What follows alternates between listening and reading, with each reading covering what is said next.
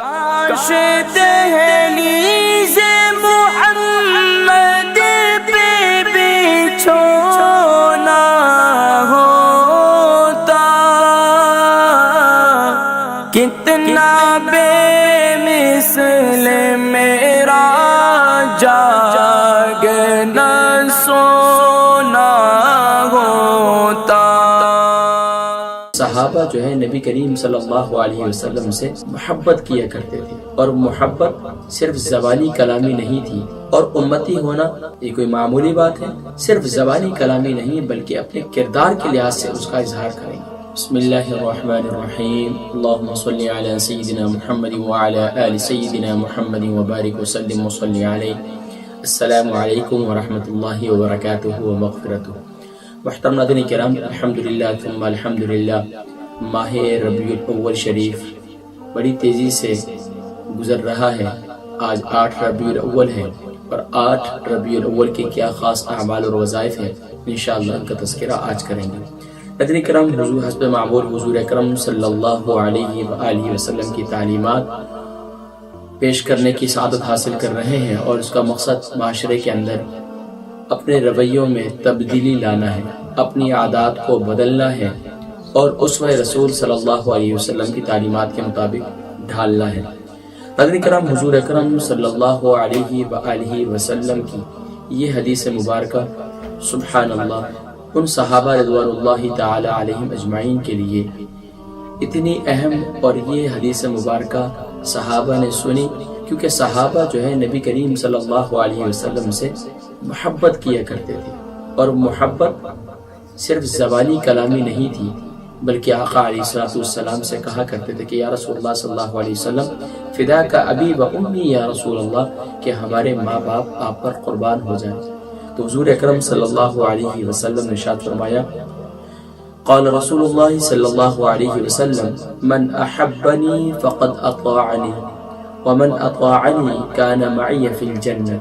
حضور اکرم صلی اللہ علیہ وسلم نے ارشاد فرمایا، جس نے مجھ سے محبت کی بے شک اس نے میری اطاعت کی، اور جس نے میری اطاعت اور میری فرمانبرداری اور میری اتباع کی، میری پیروی کی، میرے مطابق اپنی زندگی گزاری، تو سبحان اللہ وہ جنت میں میرے ساتھ ہوگا صلی اللہ علیہ وسلم۔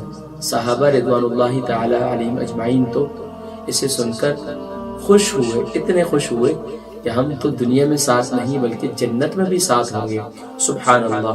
تو آقا علیہ السلام کی حدیث مبارکہ سے ہمیں یہ پتہ چلا کہ محبت کا معیار عمل سے اس کا اظہار ہوتا ہے۔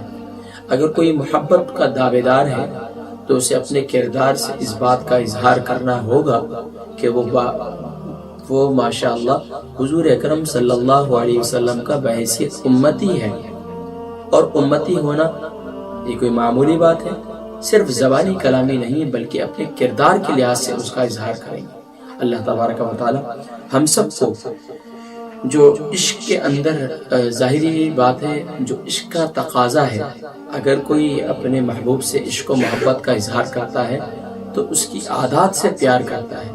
لیلا اور مجنون کا واقعہ بھی آپ نے سنا ہے، تو ہر طرف ہی صرف زبان سے مجنون لیلا لیلا نہیں کہا کرتا تھا، بلکہ اپنے روزمرہ کی زندگی میں سوتے جاگتے اس کو تو کھانا پینا ہی بھول گیا تھا۔ اللہ اکبر۔ ایک ہم ہیں تو زبان سے تو عشق و محبت کا دعویٰ کر رہے ہیں، سب سے پہلے میں اور پھر آپ۔ دیکھیں اپنے اپنے گربانوں میں، دیکھیں اپنے اپنے گھروں کے اندر کہاں ہیں تعلیمات نبوی۔ اللہ تبارک و تعالی ہم سب کو صحیح معنوں میں اطاعت رسول اور اطاعت رسول صلی اللہ علیہ وسلم کا اظہار کرنے کی توفیق نصیب فرمائے۔ ناظرین اکرام، آج کا خاص عمل ہے حضور اکرم صلی اللہ علیہ وسلم کی محبت کو حاصل کرنے کا، اور نبی کریم صلی اللہ علیہ وسلم کی تعلیمات پر عمل پیرا ہونے کا، اور وہ عمل ہے سبحان اللہ سورۃ الضحیٰ کا۔ اور سورۃ الضحیٰ ایک ایسی پیاری سورہ مبارکہ ہے جس میں نبی کریم صلی اللہ علیہ وسلم کے چہرہ والضحیٰ کا ذکر ہے، جس میں واللیل کی زلفوں کا ذکر ہے، سبحان اللہ۔ اور یہ وہ سورہ مبارکہ ہے جس کو پڑھنے کے بعد اللہ تبارک و تعالی بہت سے زندگی میں پوشیدہ راز آپ پر کھول دیتے ہیں۔ یہ کشف کے لیے وہ لوگ جو چاہتے ہیں کہ اللہ تبارک و تعالی آنے والی مصیبت اور تکالیف سے، پریشانی سے، ناگہانی سے ہمیں باخبر کر دے اور اللہ تبارک و تعالی ہم سب کو سیدھی راہ نصیب فرما دے، تو سبحان اللہ سورہ والضحیٰ اسے استخارے کے لیے بھی استعمال کرتے تھے ہمارے بزرگان دین۔ ان کے معمولات میں ہے کہ وہ جو ہے اگر کوئی شخص کسی بیماری کے لیے آتا اور آپ اس کے ذریعے اس کے لیے استخارہ بھی کرتے تھے، بہت سے معاملات کے اندر استخارہ کیا کرتے تھے۔ لیکن سورہ والضحیٰ کا سب سے بڑا فائدہ یہ ہے کہ سبحان اللہ یہ محبت رسول صلی اللہ علیہ وسلم کے لیے بہت بہترین ہے۔ جو لوگ یہ چاہتے ہیں کہ ہمیں بھی کوئی ذرہ محبت جو صحابہ کے دل میں محبت تھی، وہ محبت ہمیں اس میں سے کچھ ذرہ قطرہ ہمیں بھی مل جائے، تو فرمایا کہ وہ روزانہ کے معمولات میں فجر کی نماز کے بعد یعنی صبح اور شام، مغرب کی نماز کے بعد آپ یہ عمل کیجئے، سورہ والضحیٰ 100 بار صبح کے وقت میں، 100 بار شام کے وقت میں۔ اگر کوئی 100 بار نہ کر سکے تو کم سے کم اس کی تعداد 21 بار ہے۔ سورہ والضحیٰ پڑھنی ہے، والضحیٰ سے لے کر بسم اللہ الرحمن الرحیم، والضحیٰ واللیل اذا سجى ما ودعك ربك وما قلى وللآخرة خير لك من الأولى ولسوف يعطيك ربك فترضى ألم يجدك يتيما فآوى ووجدك ضالا فهدى ووجدك عائلا فأغنى فأما اليتيم فلا تقهر وأما السائل فلا تنهر وأما بنعمة ربك فحدث۔ یہ اتنی پیاری سورہ مبارکہ ہے کہ اس سے انشاءاللہ محبت رسول بھی ملے گی اور اطاعت رسول صلی اللہ علیہ وسلم کا سبحان اللہ یہ جذبہ بھی ملے گا کہ اطاعت رسول پر عمل کرتے ہوئے اپنی زندگی گزارے۔